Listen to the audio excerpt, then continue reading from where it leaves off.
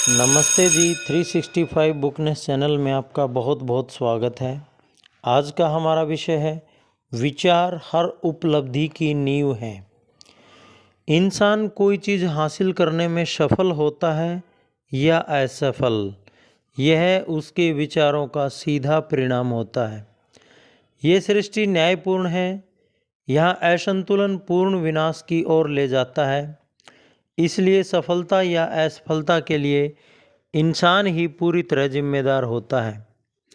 इंसान की कमजोरी और शक्ति, उसकी शुद्धता और अशुद्धता उसकी खुद की होती है, किसी दूसरे की नहीं होती। इसके लिए कोई दूसरा नहीं बल्कि वह खुद जिम्मेदार है। इसलिए उन्हें कोई दूसरा नहीं बल्कि वह खुद ही बदल सकता है। उसकी परिस्थिति भी किसी दूसरे को नहीं बल्कि उसकी अपनी है। उसके कष्ट और सुख अंदर से आते हैं। जैसा वह सोचता है वैसा ही वह होता है। जैसा वह सोचता रहता है वैसा ही वह बना रहता है। जैसे विचार होंगे वैसा ही जीवन होगा। अगर विचार उत्तम हैं तो जीवन भी उत्तम होगा। अगर विचार निकृष्ट हैं तो जीवन भी निकृष्ट होगा। शक्तिशाली व्यक्ति किसी कमज़ोर व्यक्ति की तब तक मदद नहीं कर सकता जब तक कि कमज़ोर व्यक्ति अपनी मदद करना न चाहे। और तब भी कमज़ोर व्यक्ति को खुद शक्तिशाली बनना होता है। उसे अपनी खुद की कोशिशों से वह शक्ति विकसित करनी होती है जिसे वह दूसरों में हसरत से देखता है। उसकी परिस्थिति कोई दूसरा नहीं बल्कि वह खुद ही बदल सकता है। लोग आमतौर पर यह सोचते और कहते हैं कई लोग गुलाम हैं क्योंकि एक व्यक्ति दमनकारी है। इसलिए आइए हम दमनकारी व्यक्ति से नफरत करते हैं। लेकिन इस मूल्यांकन की एक विपरीत प्रतिक्रिया भी होती है जो अब बढ़ती जा रही है। यह प्रतिक्रिया कहती है एक व्यक्ति दमनकारी इसलिए है क्योंकि कई लोग गुलाम हैं। इसलिए आइए हम गुलामों से नफरत करते हैं। सच्चाई तो यह है कि दमनकारी व्यक्ति और गुलाम अज्ञान में सहयोगी हैं। हालांकि वे एक दूसरे को कष्ट पहुंचाते नजर आते हैं, लेकिन दरअसल वे खुद को ही कष्ट पहुंचा रहे हैं। पूर्ण ज्ञान होने पर दमितों की कमजोरी और दमनकारी के शक्ति के दुरुपयोग में स्किरीय नियम को देखा जा सकता है। पूर्ण प्रेम दोनों अवस्थाओं के कष्ट को देख सकता है, इसलिए वह किसी की भी निंदा नहीं करता। पूर्ण करुणा दमनकारी और दमितों दोनों को गले लगाती है। जिसने कमजोरी पर विजय पाली हो और सभी स्वार्थपूर्ण विचारों को दूर धकेल दिया हो, वह न तो दमनकारी होता है न ही दमित। वह पूरी तरह स्वतंत्र होता है। मनुष्य अपने विचारों को ऊपर उठाकर ही ऊपर उठ सकता है, जीत सकता है और उपलब्धि हासिल कर सकता है। वह अपने विचारों को ऊपर उठाने से इनकार करके कमजोर, दीन और दुखी बना रह सकता है। क्या आप क्या करना चाहते हैं, यह पूरी तरह से आप पर और आपके चुनाव पर निर्भर करता है। कोई भी चीज़ हासिल करने से पहले, यहाँ तक कि सांसारिक चीज़ों के मामले में भी, इंसान को अपने विचार पाश्विक भोग से ऊपर उठाने होंगे। हो सकता है कि सफल होने के लिए सारी पाश्विकता और स्वार्थ छोड़ने की ज़रूरत न हो, लेकिन इसके कम से कम एक हिस्से का त्याग करना ज़रूरी होता है। जिस व्यक्ति का पहला विचार पशुओं की तरह भोगवादी होता है, वह न तो स्पष्टता से सोच सकता है न ही अच्छी योजना बना सकता है। वह अपने भीतर निहित संसाधन नहीं खोज सकता, उन्हें विकसित नहीं कर सकता और इसका नतीजा यह होता है कि वह हर काम में असफल होता है। उसने उत्तम मनुष्य की तरह अपने विचारों पर काबू नहीं किया है, इसलिए वह मामलों को नियंत्रित करने और गंभीर जिम्मेदारियां लेने की स्थिति में नहीं होता है। वह आत्मनिर्भरता से काम करने और अकेले खड़े रहने के लिए उपयुक्त नहीं होता है।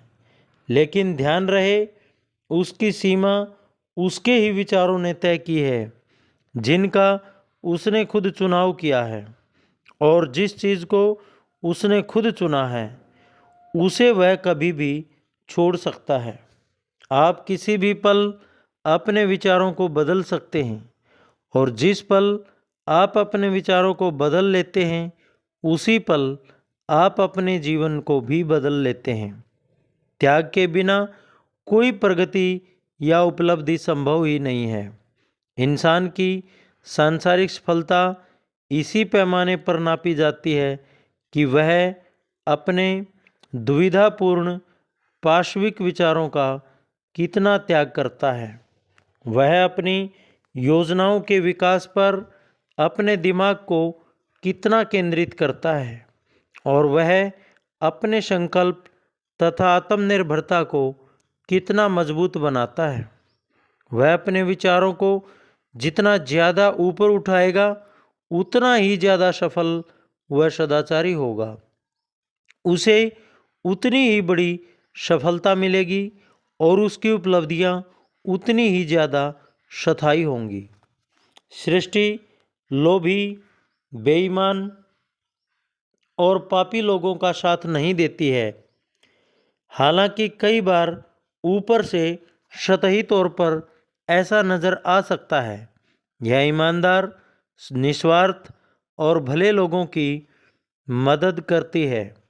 हर युग के महान उपदेशकों ने यह बात अलग अलग तरीके से कही है। अगर आप इसे साबित करना चाहते हैं और इसकी पुष्टि करना चाहते हैं तो कुछ न करें, बस अपने विचारों को ऊपर उठाने और खुद को ज़्यादा सद्गुणी बनाने का काम निरंतर करते चले जाएं।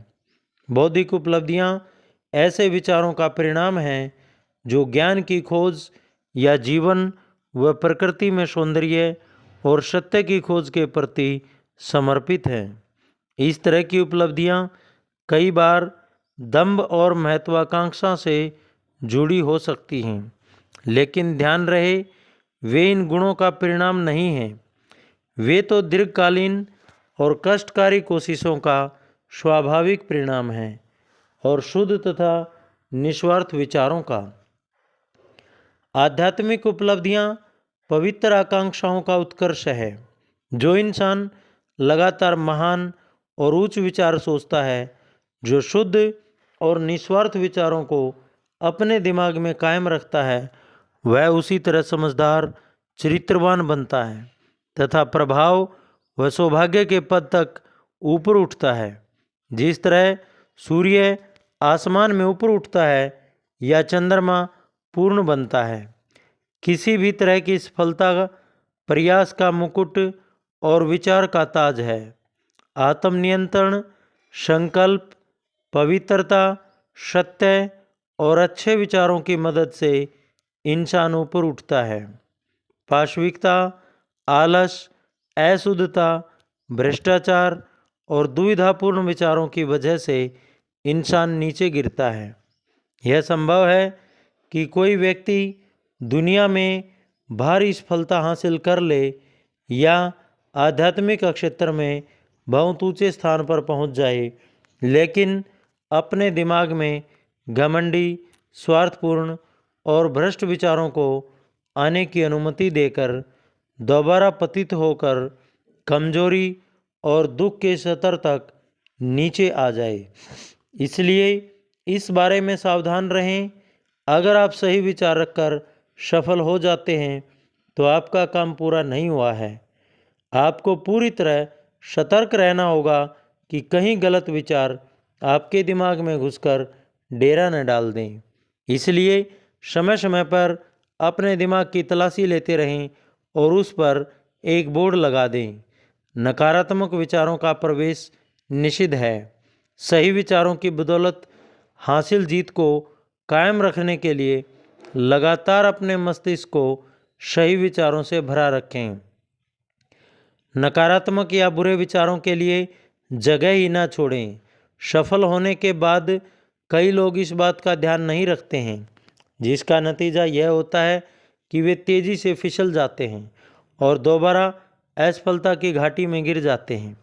सभी सफलताएं, चाहे वे व्यावसायिक जगत में हों, बौद्धिक संसार में हों या आध्यात्मिक क्षेत्र में, सही दिशा में सही विचारों का परिणाम है। ये उसी नियम और उसी तरीके का परिणाम है। फर्क सिर्फ हासिल होने वाली वस्तुओं का होता है। जो कम हासिल करना चाहता है उसे कम त्याग करने की ज़रूरत है। जो ज़्यादा हासिल करना चाहता है उसे ज़्यादा त्याग करने की ज़रूरत है। जो बहुत ज़्यादा हासिल करना चाहता है उसे बहुत ज़्यादा त्याग करने की ज़रूरत है।